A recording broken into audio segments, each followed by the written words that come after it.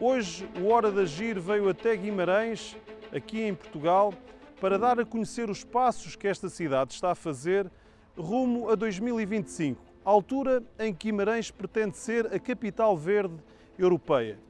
Tem sido um caminho transformador desde 2014, que levou a que Guimarães seja já pelo terceiro ano consecutivo o município mais sustentável de Portugal, que tivesse ficado no top 5 quando foi da eleição da Capital Verde Europeia de 2020 e que seja já posicionada nas 100 cidades europeias selecionadas como as cidades que irão atingir a neutralidade carbónica em 2030.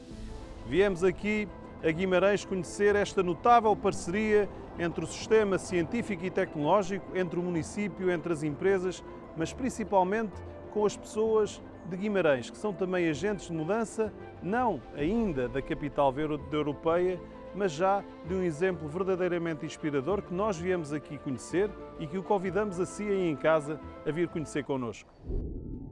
O Prémio Capital Verde Europeia nasceu em 2006, através da vontade de 15 cidades europeias que se uniram para estimular e reconhecer boas práticas ambientais.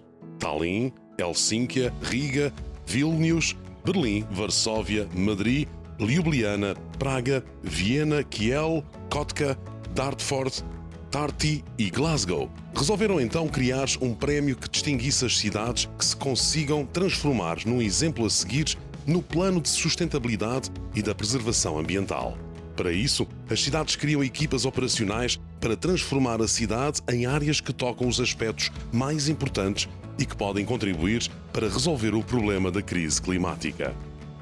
Reduzir emissões de gases com efeito de estufa através de mais eficiência energética e energias renováveis, melhorar o sistema de transportes, a qualidade da água e do ar e preservar a biodiversidade, estimulando o contacto das pessoas com o mundo natural, é o trabalho das equipas multidisciplinares que ajudam os decisores políticos a mudarem as suas cidades.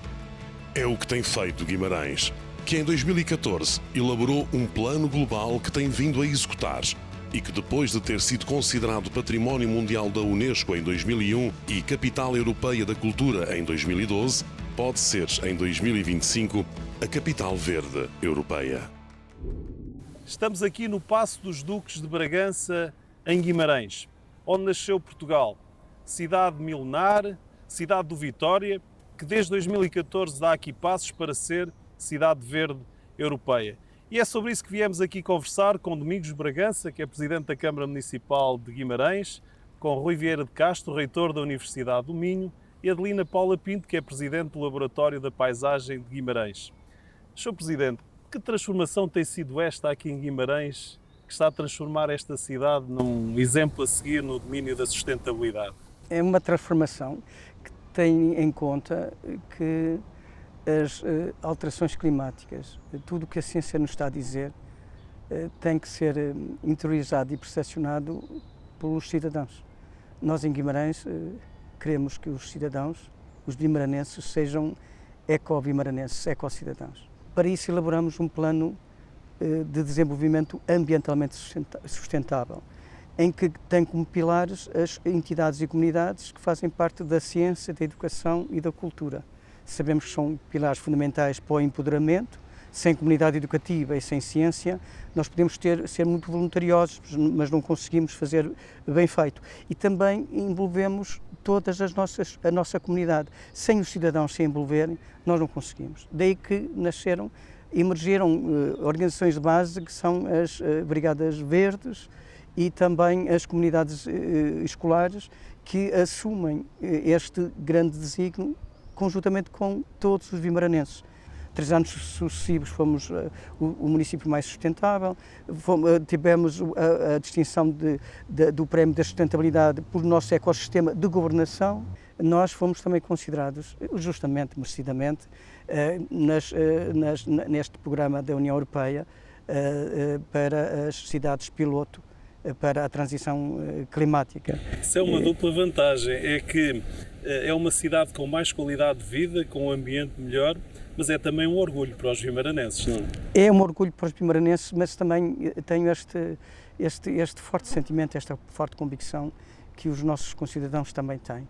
A grande desígnio de Guimarães é ser referência como uma cidade a nível português de média dimensão, a nível europeu de pequena dimensão, à escala, somos cerca de 160 mil habitantes, mas nós entendemos que os bons exemplos que partem do local, da nossa responsabilidade, para o geral, para o universal, podem ser muito mais transformadores do que grandes políticas universais, enfim, com grande eloquência, mas que depois não mudam nada. Porquê? Porque o cidadão acha, muitas vezes, e o que é que eu posso fazer?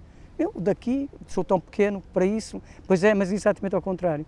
É o replicar da nossa consciência ambiental, de cada um de nós, depois de cada um de nós como comunidade, e depois como comunidade de cidade e concelho, que se replica por todas as cidades e nós transformamos o mundo. Sr. Reitor, há aqui também uma ligação umbilical que é bem visível entre a Universidade do Minho e o território.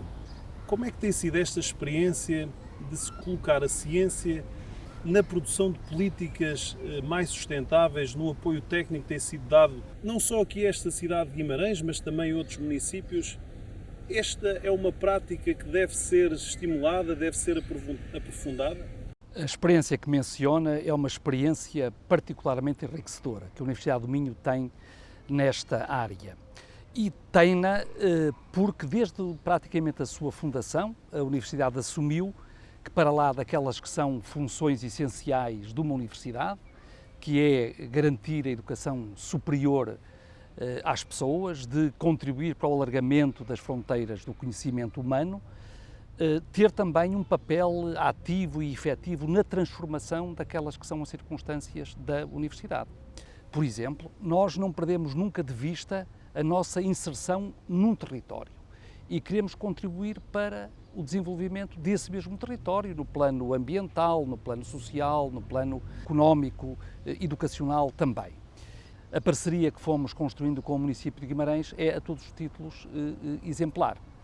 Na participação, na co-construção de políticas públicas para diversas áreas, entre as quais a sustentabilidade e com especial foco na sustentabilidade ambiental.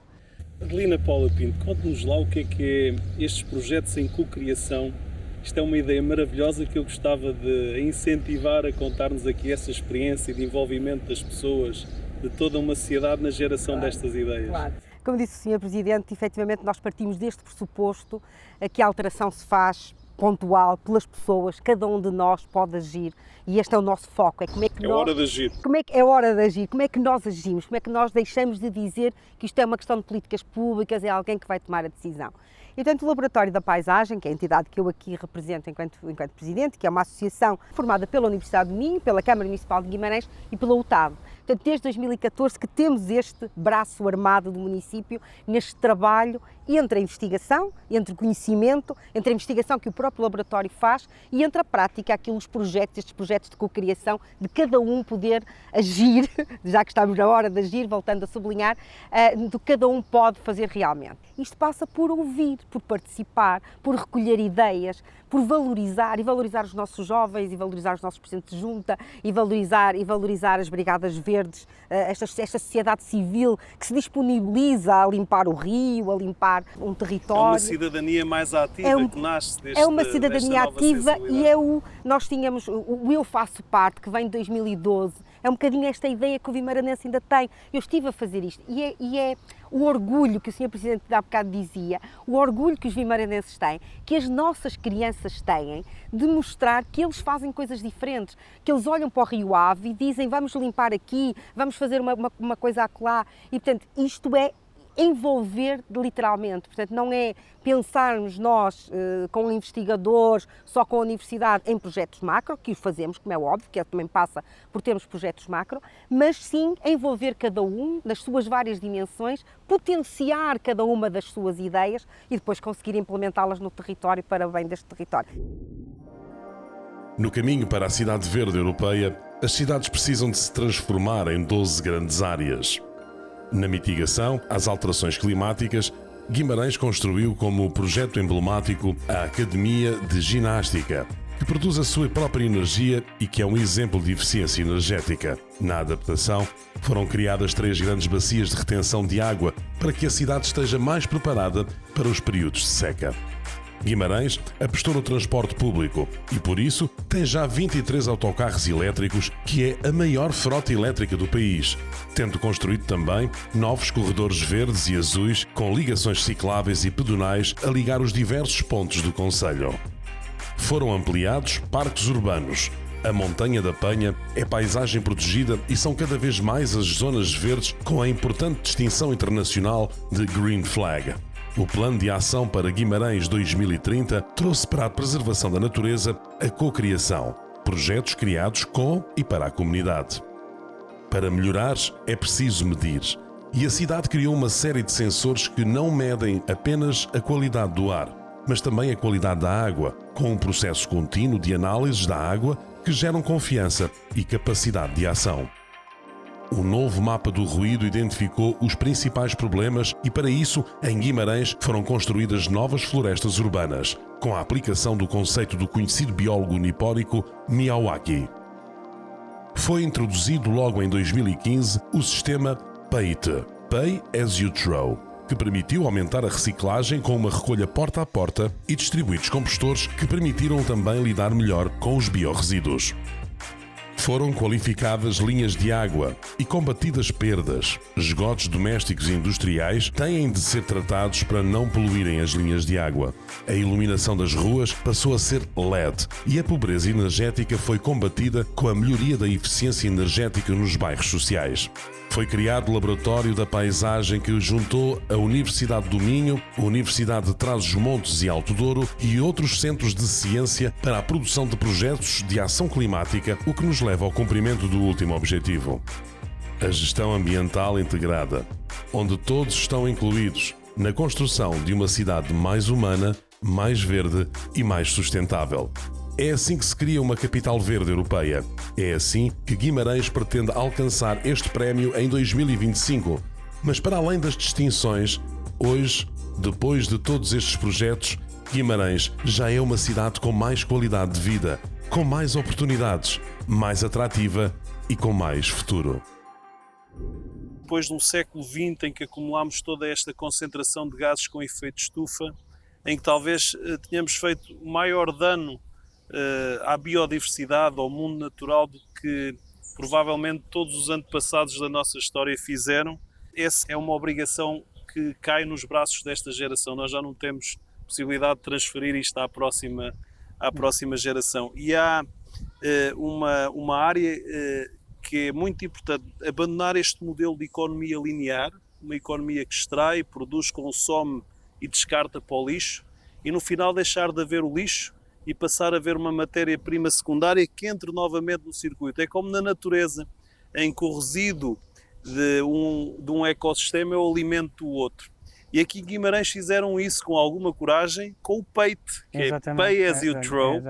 Tiveram a coragem de fazer aqui um projeto piloto que faz todo sentido e que aumenta as taxas de reciclagem. Quer-nos falar um bocadinho sobre isso? Como é que foi esse caminho?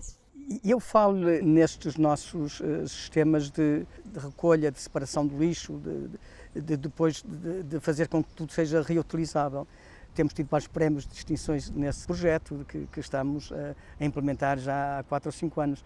Eu queria mais dizer-lhe que nós queremos fazer isso em tudo, E porque o primeiro grande vigilante da natureza é cada um dos nossos concidadãos. E é essa parte que é essencial. E é isso que nós queremos. É a comunidade inteira a caminhar na defesa do ambiente. E como escrevia Aquilino Ribeiro, alcança quem não cansa. E nós não nos podemos cansar de passar esta importante mensagem. Sr. Reitor, o mundo esteve durante um ano a olhar para a ciência à espera de uma vacina. Mas estivemos durante décadas a não ouvir a ciência, nem ouvir os gritos de socorro da Mãe Terra, numa razão da ciência que era demasiado evidente, com esta concentração, com estas 160 milhões de toneladas que todos os dias a nossa civilização industrial lança na atmosfera, como se o céu fosse um esgoto a céu aberto.